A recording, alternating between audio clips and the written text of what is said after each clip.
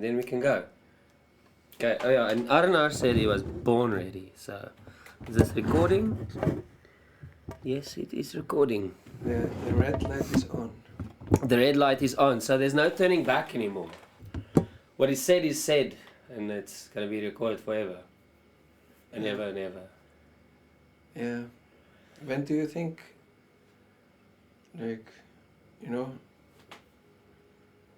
back in the days, people wrote like on cowskin or in a tree or in a stone to remember stuff. But today it's digital and like. Yeah, you've got reminders on your phone. Yeah, I mean, for how, let's say in 200 years or 100 years, then it just like, we will be totally vanished. They're already talking about putting chips in our brains, like Elon Musk is making the Neuralink.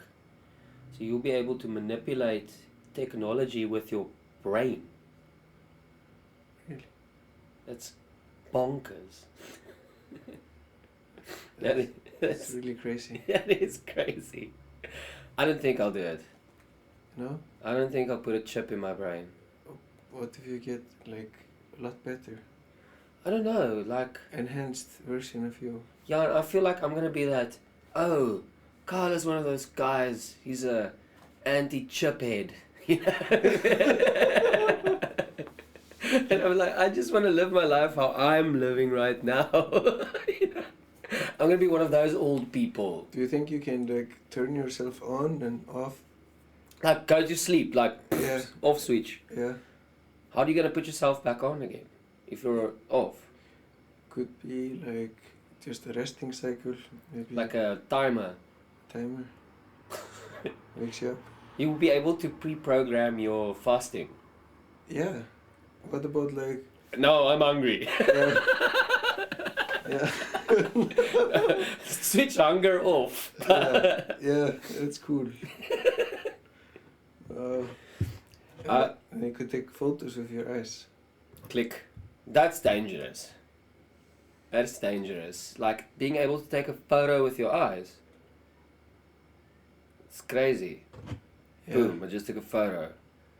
That is very crazy. Imagine you can record your whole life as you're looking every single day. How do you think it would be like? You need watching it again. You're probably gonna have to have like a really big server.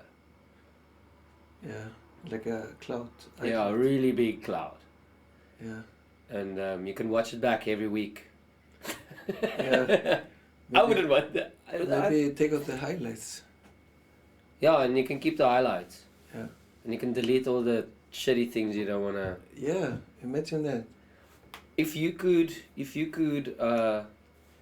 delete memories of yours, would you? I think that I am who I am. Yeah. Because of my past actions. Exactly. So if I would delete it. But you are that now. You've already got the experience of those memories now, right? Mm. So if you delete some of your memories, it's not going to change who you are right now. So if you could delete a memory, would you? I'm in doubt. I'm doubting it. Yeah, same. Yeah, you're so that. I'm sitting here. I don't even know. I don't know. Would I? I don't know. Yeah, I have no idea.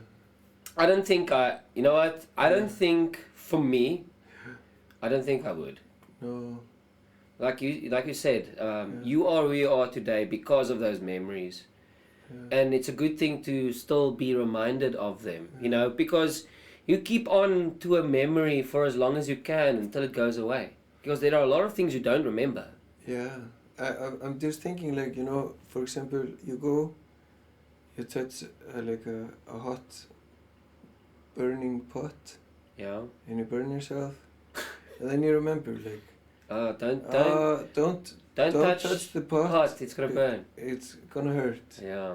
You know, and then if you delete the memory, you're gonna have to make a that made you makes you like not touch the pot. Yes, it's gonna remind you. How are you gonna get reminded? You know, and you say like, it would not change me, but I think it would. You know? Yes, because that's why I'm thinking to myself, but we already do that. You don't remember everything, so I think your mind subconsciously get rid of memories that your mind thinks is no longer important, because you don't remember everything in your whole life. This is true. So I think your mind already deletes memories. Yeah, it does. Which your mind thinks this is important to keep, this is important to have, so it's natural. So I think for me, if I have to delete, I wouldn't, because that's an unnatural thing to do. Yeah. I don't know. Yeah. So guys, currently I'm speaking to Arnar. Yes. All the way from Iceland. Yes. Welcome to my home here at the Kyle High Club, and welcome to South Africa. Thank you, sir. It's a pleasure to be here. So how have you been finding your findings here in South Africa? What is your first impression of South Africa? Wow. Like, very exotic. In what way? In the way, like, the sunsets and how the wind is, and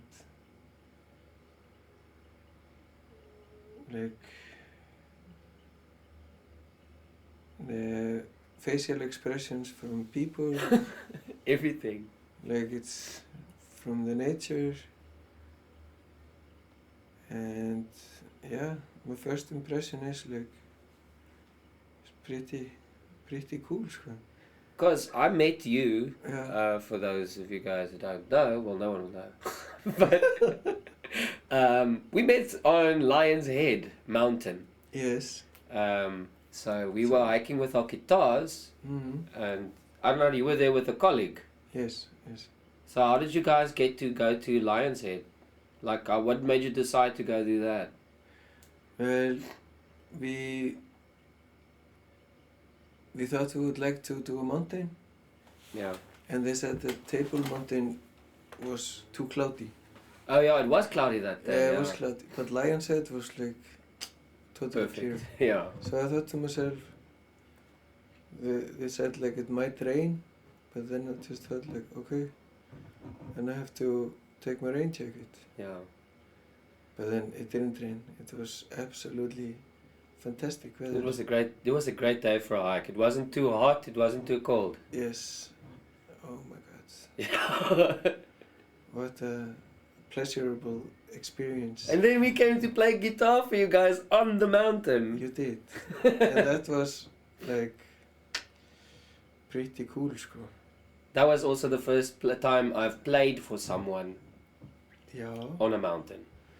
Well, I understand that. So you were, so not only was that your first band experience on the mountain, it was my first playing experience as well. Yes.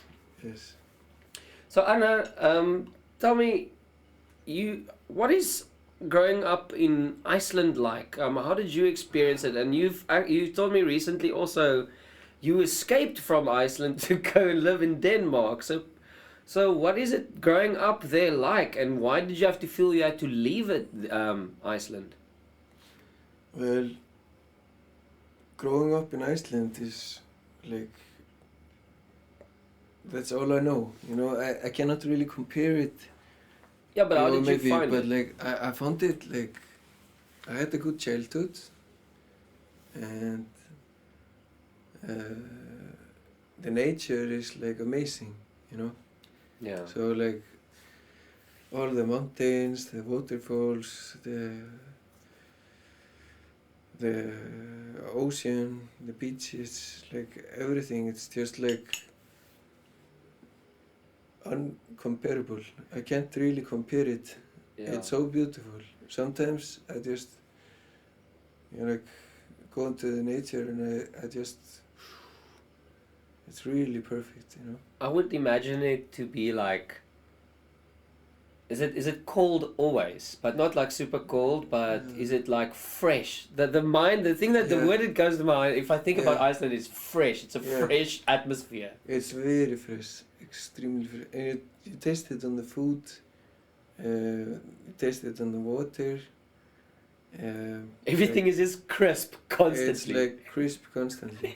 Like there's always the winds are crazy. It's like crazy winds, and like when people talk about storms, like now I lived in Denmark and in Hungary and some other places. So like when people say storms, I just like I look at them and tell them like this is not a storm.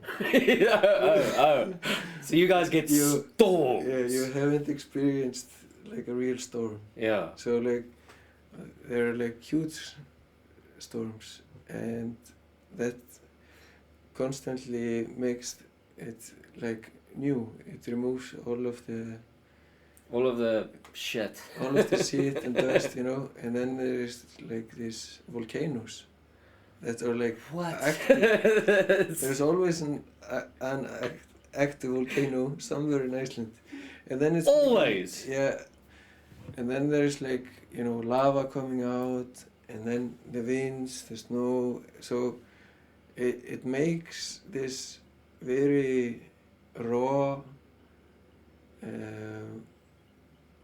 landscape.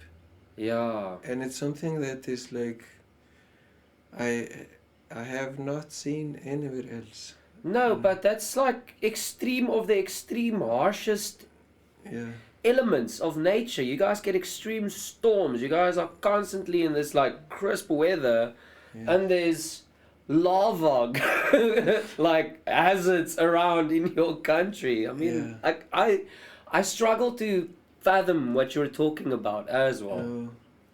But it's so beautiful, It's you feel like that you're so small, but because like you're more in touch with the nature, with the earth. So like when you're there, it's like. And you guys get to see the extremes of what the earth has to offer. I mean, you see the lava, you see the storms, you see the nature. So your perspective is almost like a magnifying glass over that. Yeah, you could say that. What do you believe that I don't want to bring religion into this guy, but do you believe there is a higher power that be? I would like to say yes. But you but you don't. I don't know. I'm like that as well. Yeah, I really want to say I believe in higher power, but I'm really sometimes I'm doubting it, But then when I think about it, then it just seems a bit depressing to think like that everything that has happened and will ever happen is totally random, That is, for me to believe that versus that there is some kind of a creator, it makes somehow more sense to me. But I don't know, I don't think anyone really knows, it's just a belief.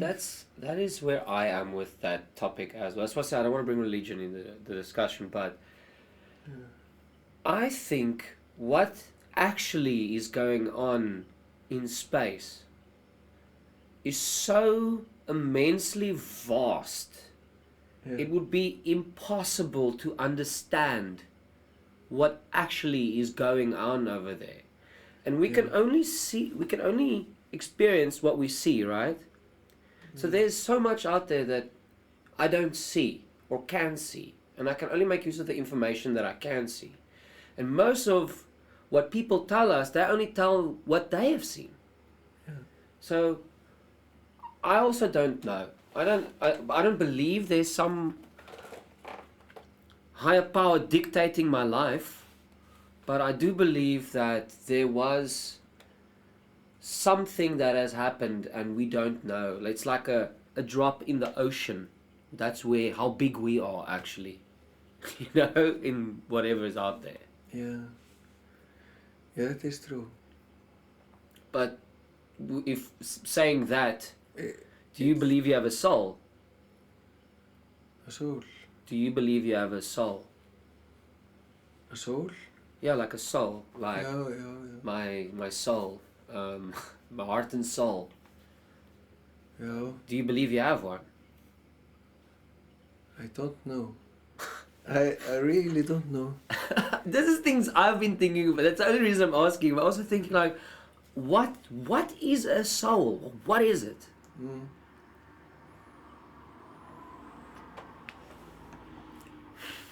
But I mean, like, basically, like, if you want to say, like, where is the soul, and it's in the brain.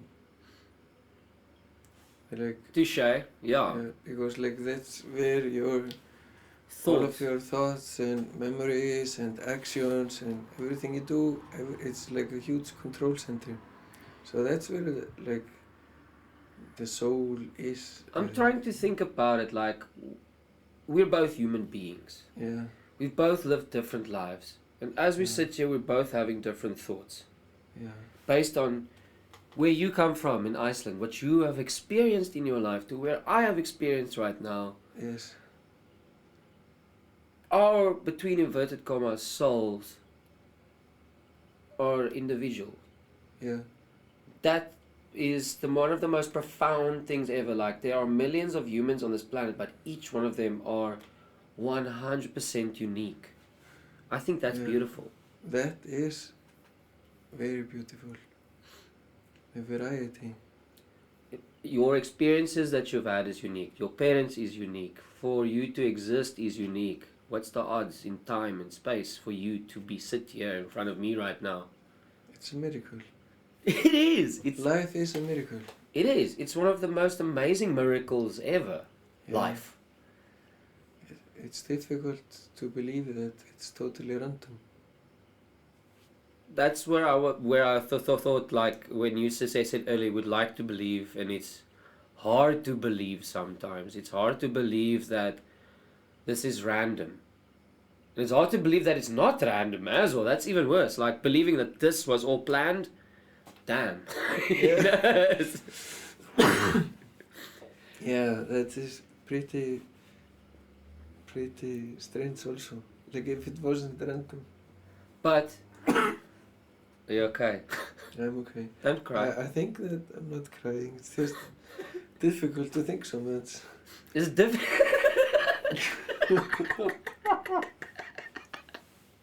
We're thinking like very deeply.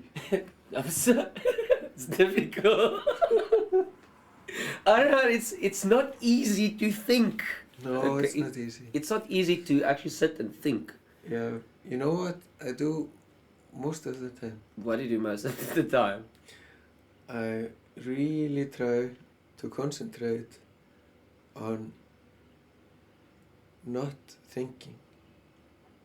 But you really can't really stop thinking. You're also thinking about not thinking. That's also something you're thinking about. Yeah, so you're always thinking. Don't think. That's thinking that you shouldn't think. Yeah. So what I started to do, it's like, you know, it's like when you're thinking, it's like traffic, you know, like you're sitting. Listen to the background noise. Yeah. Exactly. Yeah. So let's say that was a thought. Yeah. The car was a thought. Yeah. Right. So what we usually do is like we start checking out like what kind of car is it, how does it feel, how did it make me feel now. You know, we start to think a lot about the car. So, and then there are multiple cars because we have so many thoughts. Multiple thoughts. Multiple thoughts, and we think like all kinds of stuff that it's like just crazy to even think about that we think. But like, and then it is, if I'm sitting looking at the traffic, then can I just sit and chill and there is traffic, but it's not bothering me. Sure, once in a while there might come like a cool motorcycle. And you can look at that motorcycle and then keep on not focusing on the... Yeah, exactly. So it's kind of like that perspective that helps me to be more in the now, but not looking in the back mirror in my car, in the rear mirror to see what is behind me, and not to be concentrating on what I'm doing tomorrow. You know? That's why the rear view mirrors is so small. Yeah. They're so small because you're not supposed to look there very long. You need to keep moving forward. Yeah. I kind of feel... But do you achieve that? I mean... How often do you hear the traffic? I'm like, there is always traffic, you know. But how often do you say, oh shit, traffic? Yeah, that is basically helping me a lot. Of course there is always traffic, but the more I practice, I feel like the better I get at it. Yeah. It's just meditation, you know. Yeah. To meditate. And have you had has life always been like super busy where you thought, I am feeling a lot of anxiety because of this? Have you felt like you need to meditate because your mind was getting too busy? Yeah, I think that is basically it. You said like before, some people like have a religion or have a thing they do, you know, yeah, to like make themselves feel good. But it's for now at this point in time, then I'm really finding it good to meditate. How long have you been meditating? Like now for I think like 2 years maybe. 2 years. Yeah. You also said that you quit drinking as well. Yeah, I did. Yeah.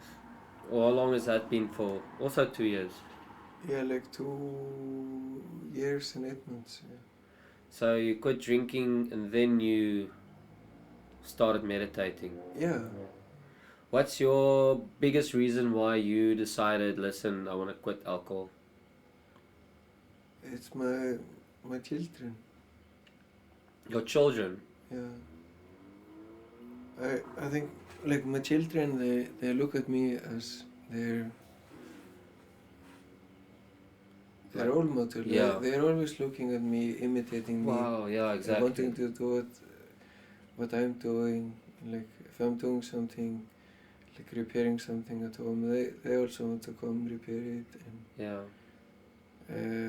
So they're like constantly like copying, you know. Yeah. And I don't want my children to grow up thinking that this is something they need in their lives. Yeah, I don't want them to have that memory of me. I don't want them to.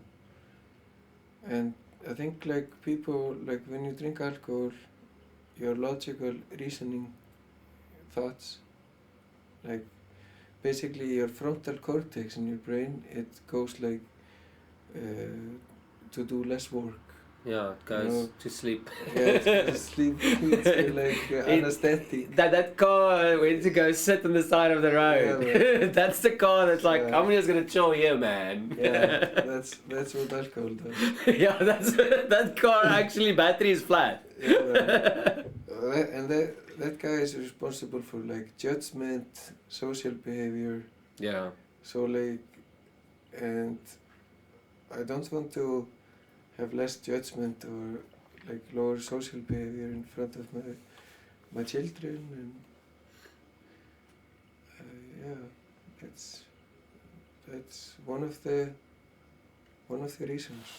I think that's a very nice way to look at it as well. I mean, you think about like we talked in the beginning about memories. Yeah. And you just said most of your memories is who you are today. Yeah. And most of your children's memories of you will be a version of something of them. Yeah. So your choice, so now we're talking about random, being our random choices. Choices that you are making is also randomly going to influence your children's choices when they grow up. Yes. But what you are doing is you kind of, in a way, slowly pushing those random choices to more good than bad as well. Yes. Trying to control the flow. Exactly. You're not forcing anything either. No. You're basically just a side of the river that gets bigger where anything can flow. And I like that word flow. Arnar, when I first met you, everything was flow. Like the way you talk, you're so chill. The way you guys sound when you speak Icelandic, it's just flow. Flow. You're so chill. Thank you for the compliment. It is so cool. I mean, we went out to later that evening we went to House of Machines. Oh yes. Yeah, like the whole entire night we was just at a party place, just chill, and I liked it because I also don't drink, so I liked having like a sober buddy. Yeah, it's a good thing. So it's a good thing. It's a good thing to have a sober buddy. I've got another question for you. Yes, sir.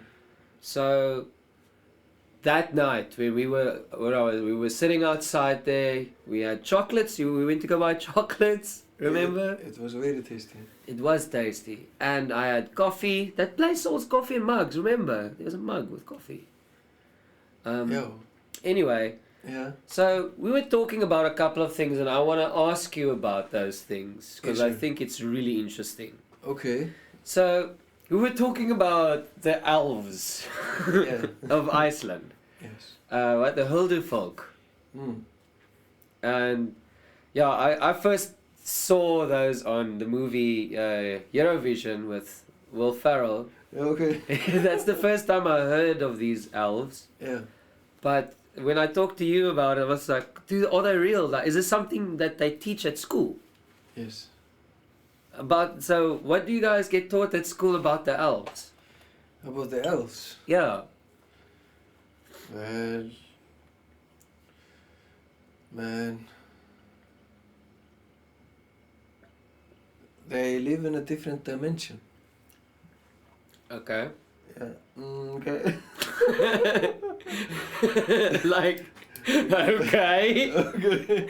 Like, they live in in the fifth dimension.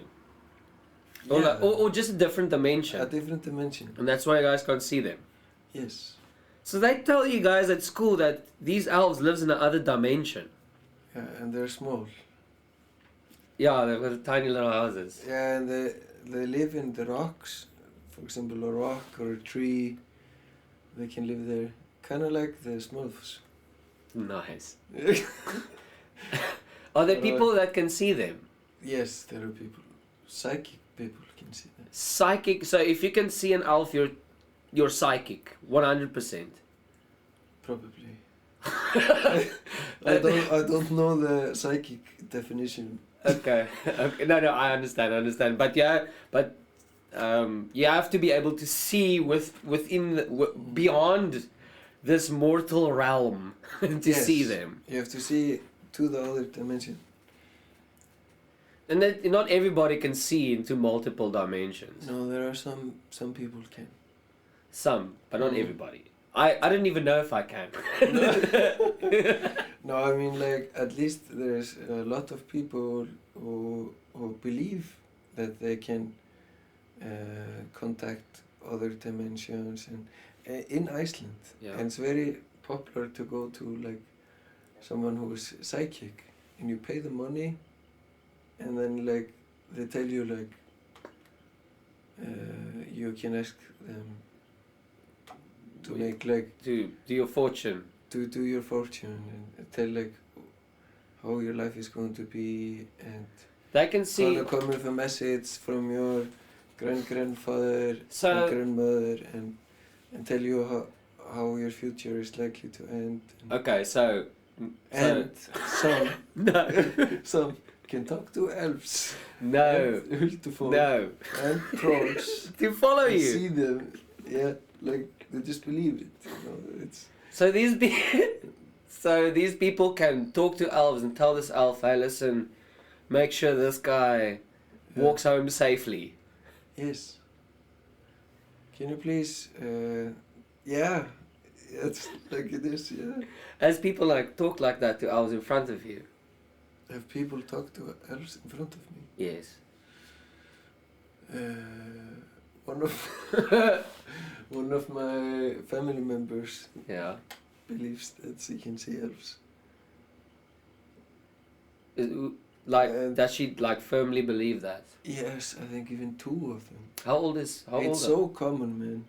Like this thing with the elves and the Huldufolk, that is like human size, other dimension people, you know, and the trolls, and it's so like deep in the roots of our DNA to believe in some thing like that, you know. And it's just part of your nature by growing up. It's like folklore that you guys still actually believe in. Yes. That's beautiful to me to hear, because that is a part of your culture that's still alive, that's not dying. It's culture that's being preserved through all of that. That's so old and it's still being preserved. It's really cool. Yeah. So would you say there's 50-50 people in Iceland that believes in the multiple dimensions? I don't know. Okay. But like I think. Well, your experience mostly. I think there is a big part of the population that actually believes this stuff. Would you say that was more of for lack of a better term, religion in Iceland than other religions like in the world? I wouldn't say that it's a religion. Yeah, you know, the people just have found peace in living with elves and trolls, and I like that. It's just like, you know what? You know, the more the merrier. Yeah, man. Just like there's way too few people here. There must be something else. So just you know what? We live with elves, so get with it. So man. If you don't want to believe in them, it's your thing. But my favorite story that you told me last week was, you guys don't only have one Santa Claus. No, man. 13 Santa Clauses. And their mom, what was her name? Grilla. Grilla. Yeah. So how does that story go? Okay. Basically 13 days before Christmas, and the Santa Clauses start coming from the Icelandic mountains and going to people's houses, and then they often like tease. Yeah. And also. But does the Santa Clauses come and tease the people? Yeah, and then you have to take your shoe, your like favorite shoes. Yeah. And you have to take one of them, or two, you're feeling lucky. You put it in the shelf, like in the window shelf. Yeah. And then the Santa Claus brings you a gift. In your shoes? In your shoe. Yeah. And every Santa Claus is different and gives you a little bit different gifts. There's one called stúfur. Yeah. Stúfur means it's like small, it's very tiny. That was my favorite one. He gives small gifts. He's like cute and like, you know, not bothering anybody, just eating some things. And then there is one called hurðaskellir. That means door slammer. Okay. And like he takes the doors and like slams them really hard. Yeah. Yeah, he would always wake me up, like slamming the door, you know. Did your parents do these things during Christmas? Or just... Yes. Or is it random people that comes in your house? No, the Santa Clauses. They still come every year? Yeah, man. They come. And the one gives meat. His name is Kjötasníkir. What?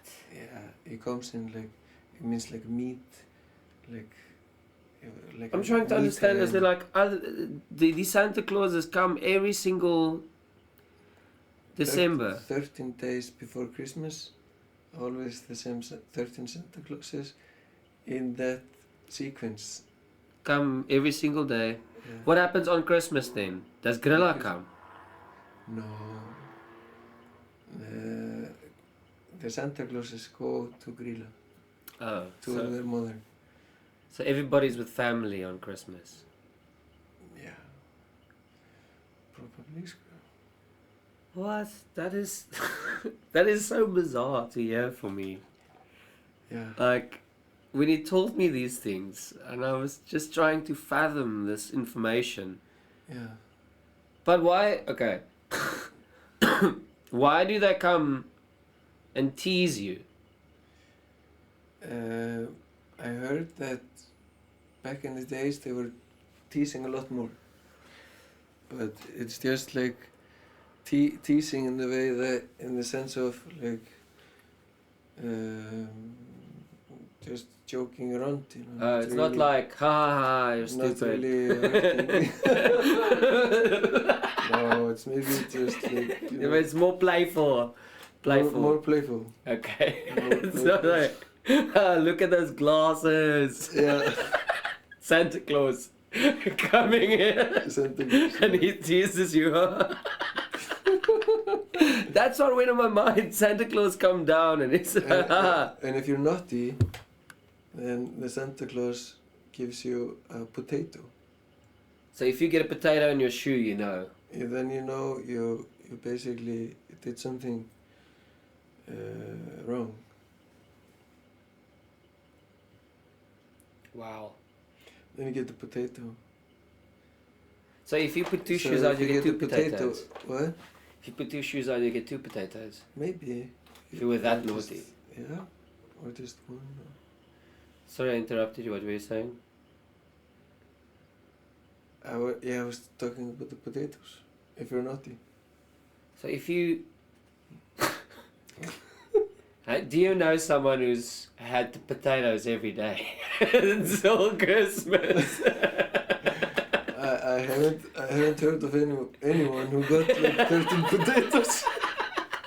Like Did you hear about salad? Did you hear about Kyle? Last Christmas that guy got 13 potatoes. Man.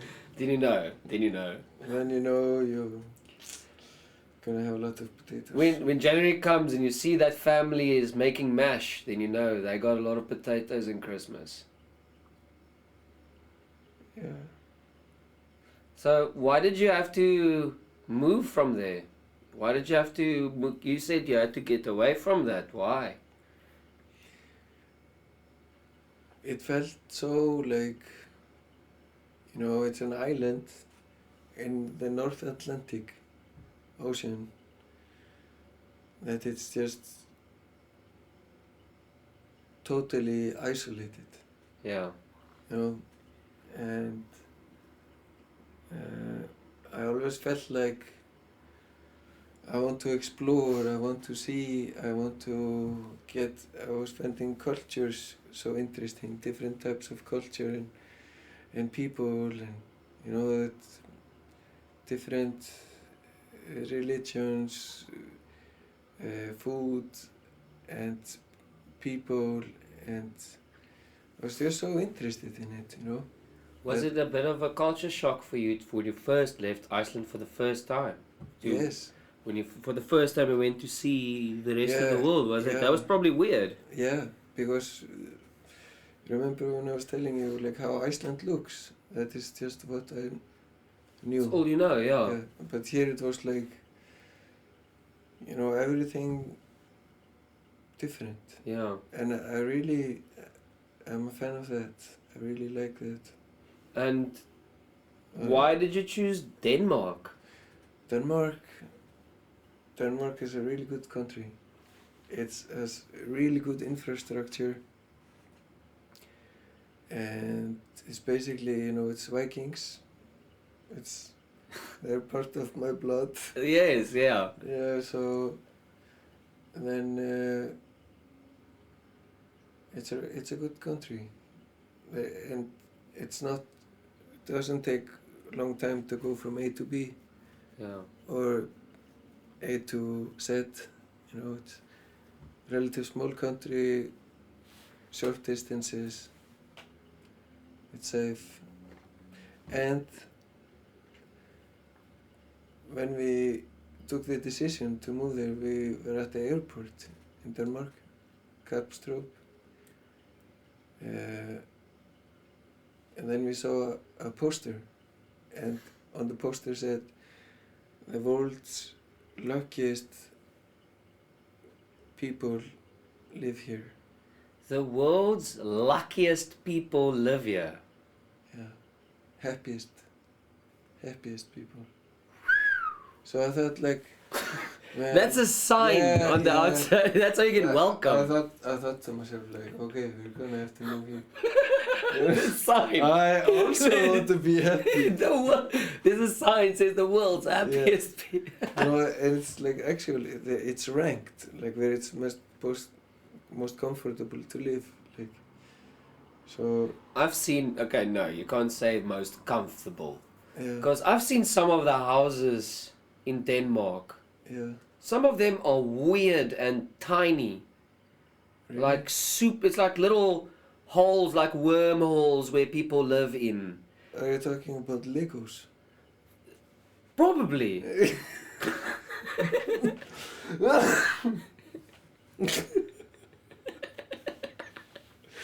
are you talking about? Tiny wormholes? No, what I'm saying is...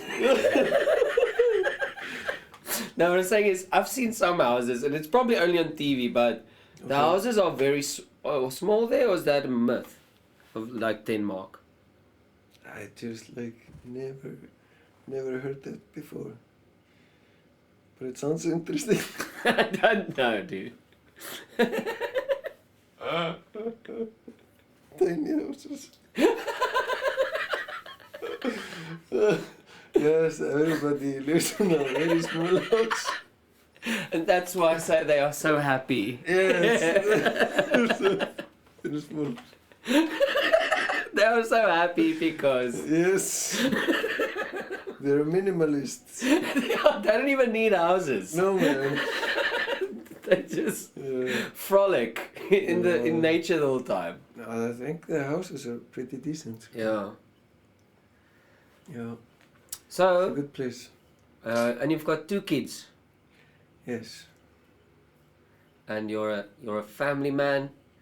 And how is your work, your family, and just basic standard of living at home? What is at home like? Do you like being with your family? Do you like live? Are you happy, as the sign says? What is it, happy as the sign, the world's happiest people? Are you one of the world's happiest people? I would like to think so. I think so. I think we are. I think we're very lucky. You know, that's also another story because, like, me and my wife, we come from two very different cultures. Yeah, what's her culture from? She's Persian from Iran. Yo. Yeah, and her culture is... So you guys went from one extreme of hot to cold together to getting like ice. Yeah, yeah, yeah. So, yeah. So that's... How did you get from Persia to Denmark? How did you guys meet? Well, we were both studying in Hungary. Okay. Yeah. And do you want to know how we met? Yes, please. I'm excited. Yeah, Really? yeah, You think it's fun? yeah. It's fun. Okay. So I was really drunk at this club in Hungary. Yeah. In a town called Debrecen, many years ago. Okay. And then I was out and just like went out by myself. Alone? No friend, just went out alone, drinking, going to clubs. Hey, what's up? Anyways, hang out with all these friends, you know. Random people. Yeah, man. And then I met this, was dancing with this girl and I didn't really like her, and then like I went away and then I just saw this girl, you know in the movies when it's like you see it in slow motion, like poof.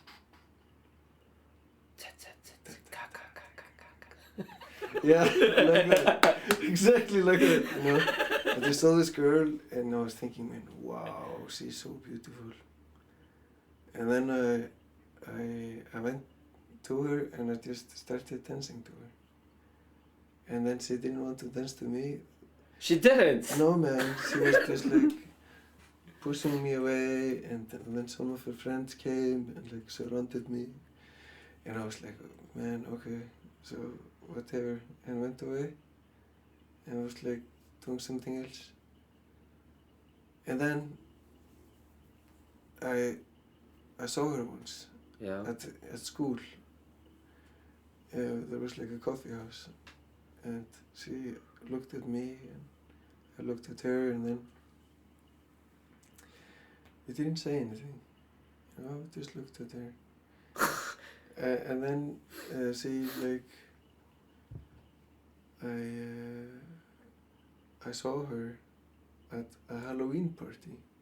I was dressed as a Rastafari. You were dressed as a Rastafarian? I was dressed as a Rastafarian.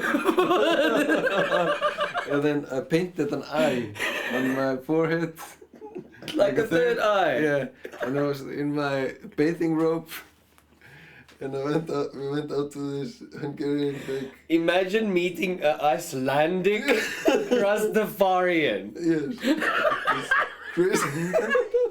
That's crazy. Yeah, man. I was like, it was really fun. But then I saw her, like there, you know, and she was like in this leopard dress with like a gold mask just for in front of her eyes. Yeah. And then like she was dancing with some other guy, and I was like, just looked at the distance and like was thinking, man. And then I took off my hat and lifted it up, so she saw the third eye. And then it was just like, you know, boom, boom, planting a seed in your brain, you know. And then I stood up and I walked up some stairs, and I was just sitting, chilling, thinking, man, like, wow, that girl is so... And then she came up the stairs, sat next to me. She didn't say anything. I didn't say anything. I was just like, we were looking at each other like this, you know, just like, and then she kissed me.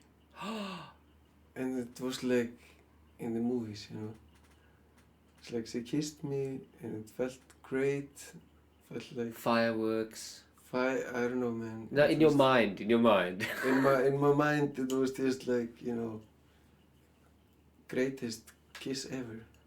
Wow. And then like, but it was just like lips, you know. It was nothing like extreme. It was just a normal kiss, but it just felt so sweet, you know. And That is. and then she stood up and walked down and took a taxi home. I didn't see her. I didn't see her at all. And then What? yeah, I didn't have. You didn't have a number, anything. Didn't have her number. Nothing. Her Facebook, nothing. And then I found her on Facebook and I wrote her a message in Persian. One of my best friends. In Persian? Yeah, one of my best friends. He was our priest in our wedding. No way. Yeah, his name is Ali. He's from. He's a Persian also. So Ali translated for you. Yeah, he's also from New York, and we were studying together, and then he wrote a message, a letter, like a very fancy invitation. Ah. In Farsi, that is Persian. You know? Yeah. Like, and then basically asked her out for a date, and if she would feel like comfortable joining, and then she answered like yes, she would like to. At the date and time. Then I went there and picked her up from this Villamos. Villamos is basically just like, yeah, like a small train. It is like driving in the city, you know? And then wow. then she came there and I saw her. I was like, wow, man, I better be smart about it. And I walked with her like in a dark way, like in a dark alley, where I knew there was always homeless people like asking for money. And then they came, and then she like got close to me because she was scared. And then wow. I just like pushed them away, you know. What, dude? And then like, because sometimes I give them money, you know. They knew me. They know you. They know you're on a date. They knew I was on a date, you know. Dude, that is just, awesome. You know, so it was like my way, you know. There, we were working together. Then we went to this restaurant that's in a basement, you know, because back in the days in Hungary there has been wars for so much time that a lot of the restaurants and like fancy clubs and stuff, it's always in the basement. Yeah. So there's one fancy restaurant there, because like under the socialism they weren't allowed to have entertainment and stuff. What? Yeah, under socialism. So they weren't allowed to have any entertainment? At all? No. Yo. The Russians and the Soviet Union and these things. Yeah. Oh, shit, okay. Yeah, man. So it went like underground. There's a lot like of an underground thing. You guys literally went underground. We went underground to a fancy restaurant. What? And there was a guy playing a piano and one playing violin. Oh. And like I looked at them and they were like, did you do that? yes, I paid them, and then they played very nice music. Did you plan anything, or did they just? You know, I would like to say that I planned it, but everything just was planned on forehand. See, sometimes if you just do that random things in the best random order, you get to experience something like that. It was so great, man. Did you ask her that night? No. No.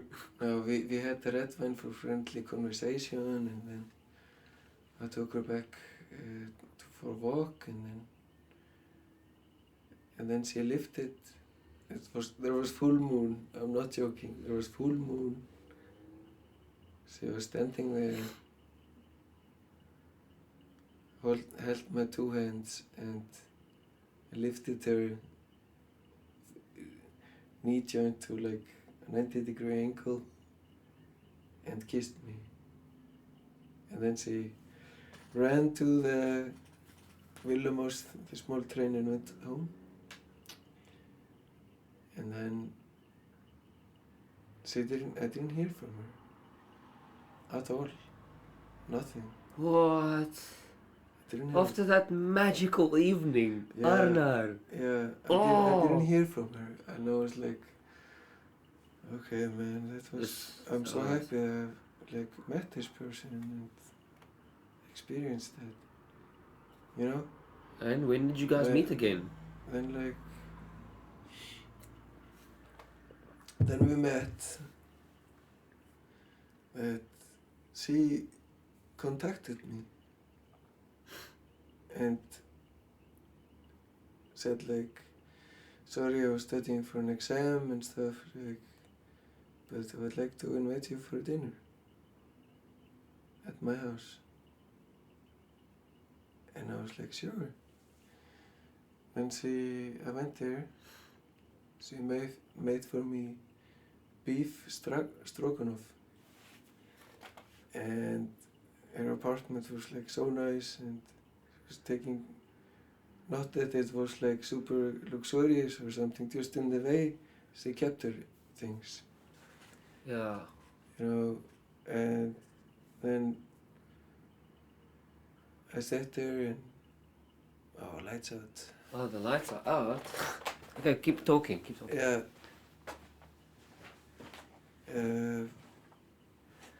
What were we talking about? Hold on 1 second. There you go, buddy. We're taking a little intermission. So we were talking when you saw your wife again for the first time. Yeah, oh yeah. I went there for dinner. Over Facebook? No, I went to her house for dinner. Oh yeah, she made beef stroganoff. Okay, back on track. Yeah, she made beef stroganoff. Yes. And you were infatuated by the way she kept everything in her house. Like yes, that is correct. That's where we were. That's where we were. Yes, back sir. on track. Back on track. Boom, boom, boom. Oh man, yeah. Yeah, then I was basically sitting enjoying this good food, and then she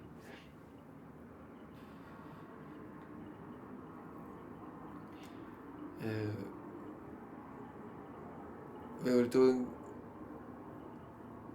were sitting down afterwards. Yeah. And she offered me tea, and I said yes, I would love to have a tea. It's like, and then she came with the tea, and then she slipped, and the tea went over me. No. Like over my shirt. Oh no. You know? And then I was like, okay. And then she was so like, tea falls on you. She was like, take it off. And I was taking it off, and she was like trying it, and she just looked at me, and then like. She saw you standing there covered in tea. Yeah, and then we just, we made love. Wow. And it was great, man. And it was fantastic. I will never forget it. And then I just been with her every day since then. Now you guys are married. Yeah. And literally the guy that translated your love invitation was your priest. Yeah. What? Yeah, man. That is probably the most beautiful love story I've heard in my life. It was so random, man. Was that random, It was random, but... It was random. But like that's when we talked about earlier, when we said like, you by quitting drinking, can randomly spark your children into making a little bit better, going into a random path, but for the best. And I feel like every single thing you do in your life, if you do good things, things meant for you will happen because you're putting certain random acts into circulation. Yes. And if your choices are bad choices, they're going to end up being bad. And then you're not ever going to achieve anything. You're never going to be in better circumstance because you keep making bad choices.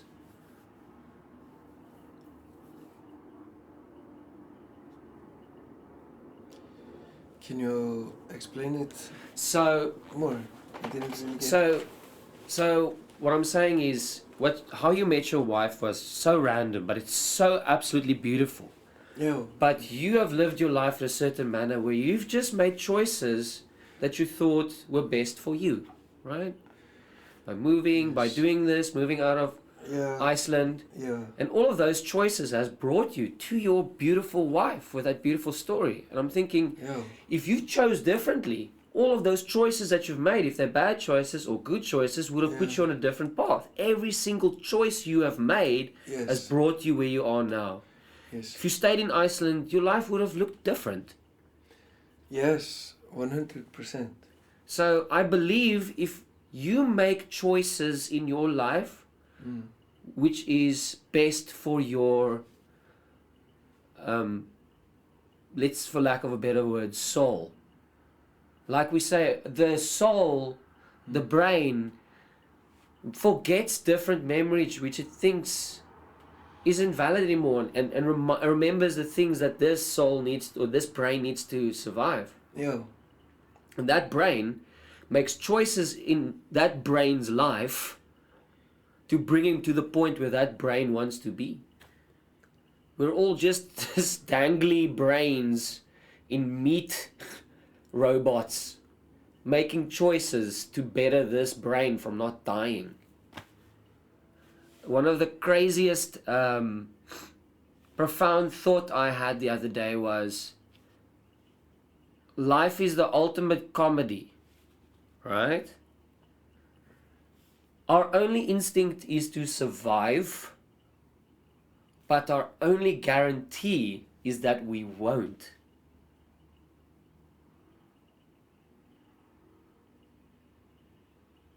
So, you were talking about your wife and your life we lived and where you are in your life. You literally live somewhere where it says the world's happiest people live here. Your brain has made a choice to be in that situation, and everything random that has happened because of those choices you've made. I'm very grateful for my brain.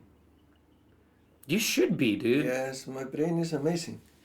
And I feel like I don't appreciate him enough, you know? Or her, or it. Well, I don't know. I think brains are very good. I don't know. What would we be if we did not have a brain? Dead, you know? We would have been nothing. Nothing. You would have just been... Like, what's the most important? A body. Yeah. It would be a plant. A plant is basically an organism without a brain. Is it? Plants don't have brains, but they've got cells. It would be cool if they had a brain. It would have been cool. Because something. trees are some of the oldest animals on this, forms of life on this planet. Imagine if an old 1,000-year-old tree could talk and say what was on its mind. Some people believe that trees can talk. They can talk to trees, you know? What are you looking for? I don't know, man. Just trying to not to make noise. Oh, you can make noise, man. Really? Yeah, make noises. Okay. I really have to fart now. I'm joking, man. I'm joking. Yeah, it was a good joke, right? Okay, it's a joke, everyone. It's just a joke. Yeah, we Had a small fallout. So Arnar, Yes, Kyle. we've How can I help you? it looked like you were gonna tell one of those ghost stories at a campfire. Should I tell you a ghost story? Hold on, let me put mine on as well. Hold on. I'm gonna take my flashlight and also tell you guys a story. Okay. Is it a dark story? Okay, here we go. Are you ready? I'm ready. So It's about to happen. it's about to happen. Okay. Yes. Hold on, let me get mine as well. You ready? Cheers. Thank you for coming to my show. Thank you for having me, Sir Cal. Hi, Club. Thank you for being on the car. I'm just gonna pause. I'm not gonna. It's really awkward to put this in my face the whole time. Anyway, Yes. in between load shedding and everything like that, I would just like to thank you for being on my show here on the Kyle High Club. And I've come to a point in my show where I ask all my guests one question. Yes. Before we say goodbye for everyone, Yes. I've got one last question for you.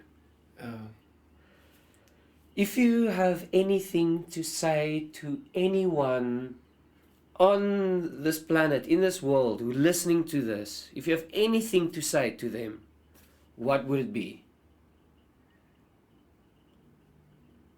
I would say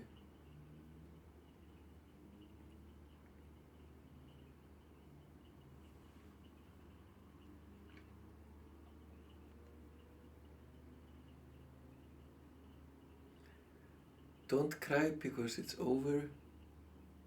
Smile because it happened.